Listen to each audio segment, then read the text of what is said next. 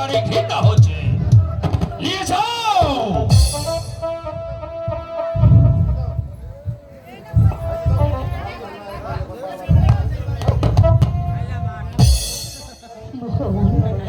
কাজটা তুমি ঠিক করলে না মোহন, কাজটা তুমি ঠিক করলে না।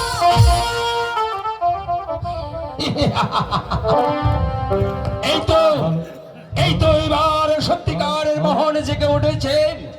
কি ভাবেছেন এই ধর্মপুর রাজ্যটাকে পরিচালনা করতে হবে তা আমার ভালো করেই জানা আছে।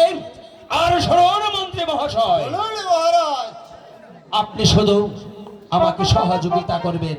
সেজন্য কোনো চিন্তা করবেন না মহারাজ। আমি যদি আমার লক্ষ্যে পৌঁছাতে পারি তাহলে আমি আপনাকে দেব এই ধর্মপুর রাজ্যের অর্ধাংশ। কি ভাবছেন মন্ত্রী মহাশয়? চুপ করে রইলেন কেন? উত্তর দিন। ভাবছি মহারাজ, আমি আপনার সামান্য একজন কর্মচারী হয়ে আপনার একটা বড় দায়িত্ব কি আমি পালন করতে পারবো মহারাজ? পারবেন মন্ত্রী মহাশয়, পারবেন।